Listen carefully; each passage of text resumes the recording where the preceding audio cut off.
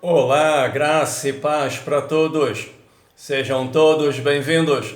Eu sou o pastor Roberto Gomes e este é o canal O Adorador por Excelência.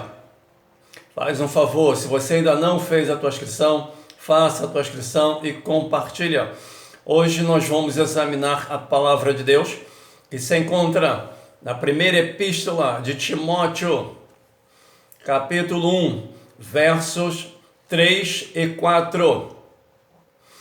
Quando eu estava de viagem rumo da Macedônia, te roguei para que permanecesses ainda em Éfeso, para admoestares a certas pessoas, a fim de que não ensinem outra doutrina, nem se ocupem com fábulas e genealogias sem fim, que antes promovem discussões do que serviço a Deus na fé. O tema: fidelidade à doutrina. O propósito: o apóstolo Paulo teve um tríplice propósito ao escrever 1 Timóteo. Primeiro, exortar o próprio Timóteo a respeito do seu ministério e da sua vida pessoal. 2, exortar Timóteo a defender a pureza do Evangelho e seus santos padrões da corrupção causada por falsos mestres. 3, dar a Timóteo instruções a respeito de vários assuntos e problemas de Éfeso. Versículo 3, outra doutrina. 7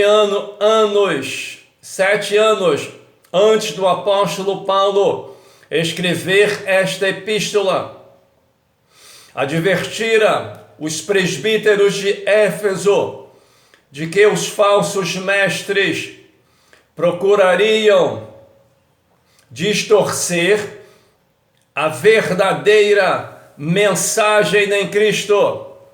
Se encontra lá em Atos, capítulo 20, verso 29. Agora que isso estava acontecendo, o apóstolo Paulo exorta Timóteo a confrontá-los com coragem. Esse jovem pastor não devia transigir com esses falsos ensinos que corrompiam tanto a lei quanto o evangelho. Ele devia travar contra eles o bom combate, mediante a proclamação da fé original, conforme o ensino de Cristo e dos apóstolos. A expressão outra doutrina vem do grego héteros e significa estranha, falsificada, diferente. Verso 5. O fim do fundamento, ou seja, o fim do mandamento, o alvo supremo de toda a instrução da palavra de Deus, não é o conhecimento bíblico em si mesmo, mas uma transformação moral interior da pessoa, que se expressa no amor, na pureza do coração, numa consciência pura e numa fé sem hipocrisia.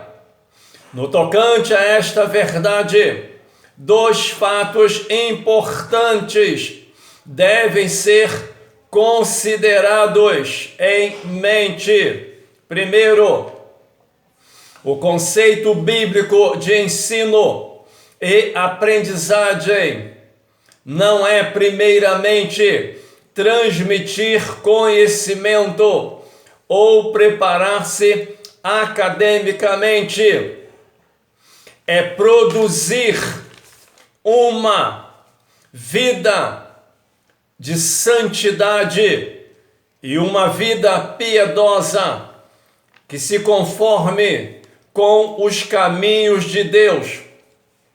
Segundo, o mestre na palavra de Deus deve ser uma pessoa cuja vida seja uma demonstração de perseverança na verdade, na fé e na santidade. Versículos 5 a 11. O apóstolo Paulo fez Timóteo lembrar-se de que a sã doutrina deve ser pregada para assegurar frutos espirituais duradouros e maturidade espiritual.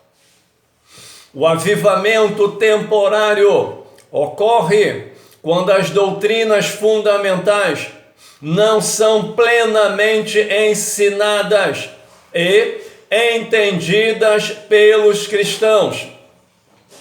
A fé se torna falsa, a consciência fica insensível e o amor passa a ser superficial.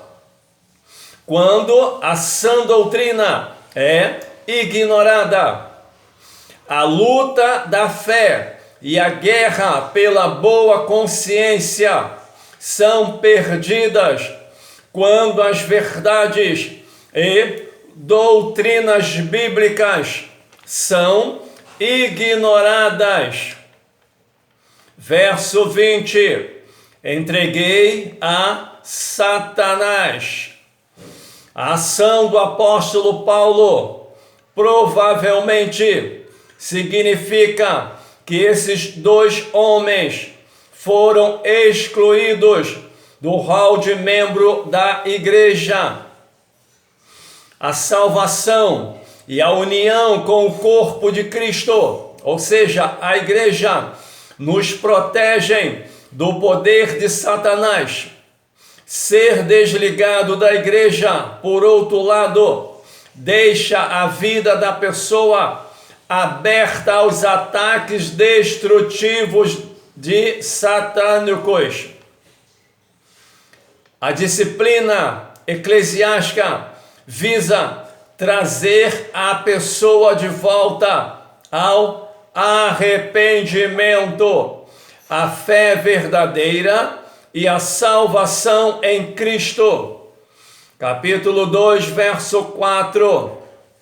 Quer que todos os homens se salvem. A Bíblia revela dois aspectos da vontade de Deus para a humanidade no tocante à salvação. Primeiro, a sua perfeita vontade, pela qual ele deseja que todos os homens se salvem. Segundo, sua vontade permissiva, pela qual ele permite e tolera que muitos o rejeitem, e a sua salvação.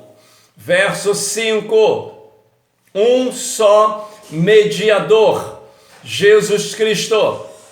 É somente através de Jesus Cristo que podemos aproximar-nos de Deus, confiando na sua morte expiatória para nos redimir dos nossos pecados e orando com fé, pedindo forças e misericórdia divinas para nos ajudar em todas as nossas necessidades.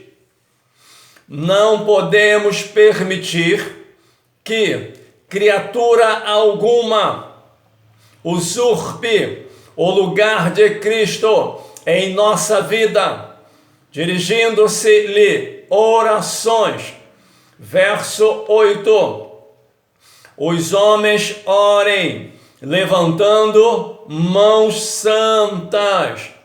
No culto público das igrejas do Novo Testamento, parece que era costume todos os adoradores fazerem suas orações em voz alta. Atos 4, 24. Para ser aceitável, a oração deveria ser oferecida por pessoas que viviam uma vida santa e justa e com mãos santas. Verso 9. As mulheres se ataviem em traje honesto, com pudor e modéstia. A vontade de Deus é que as mulheres cristãs cuidem de se vestir com modéstia e discrição. A palavra pudor subentende vergonha em exibir o corpo. Envolve a recusa de vestir-se de maneira que atrai atenção para o seu corpo e ultrapasse os limites da devida moderação. A fonte originária da modéstia acha-se no coração da pessoa, no seu âmago. Noutras palavras, modéstia é a manifestação externa de uma pureza interna. 2.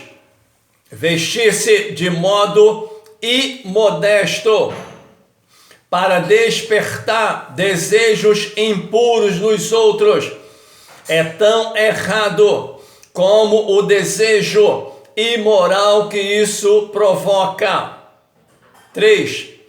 É vergonhoso a situação de qualquer igreja que desconsidere o padrão bíblico para o modo modesto de vestir-se e que adota passivelmente os costumes do mundo.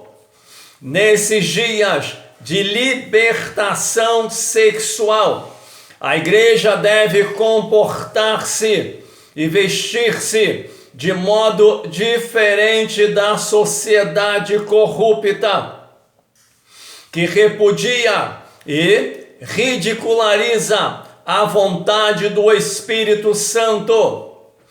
Que haja modéstia, pureza e moderação piedosa.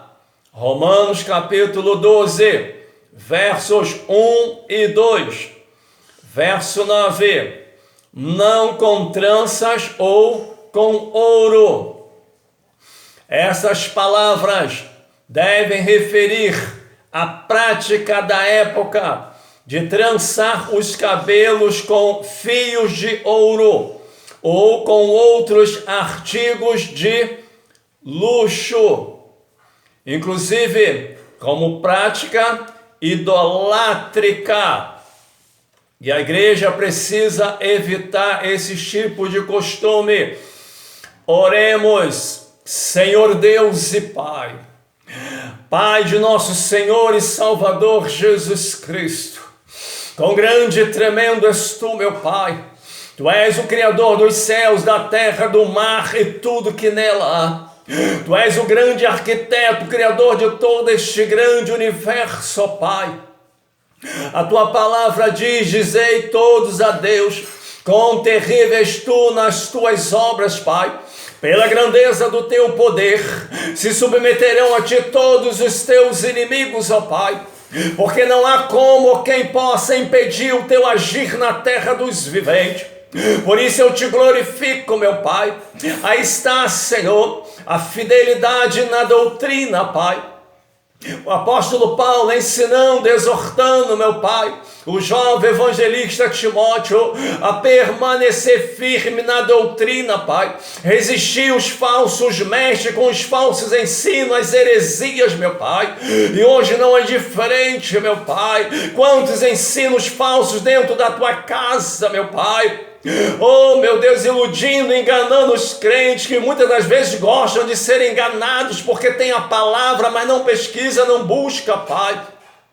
Mas que através deste ensinamento o Senhor venha despertar a tua igreja, Pai. Quantos ensinamentos maravilhosos, doutrina importante, ó Pai, para que a igreja esteja de pé, sendo totalmente aprovada por Ti, ó Pai, porque a Tua palavra diz que no abrir e piscar de olhos, Jesus vai vir buscar a igreja. Por isso eu te peço, desperta a Tua igreja e aviva a Tua obra, em o nome de Jesus, amém. Que Deus abençoe a tua vida, a tua casa, a tua família. Que Deus abençoe esta nação e todos os seus governantes. Em o nome de Jesus, amém.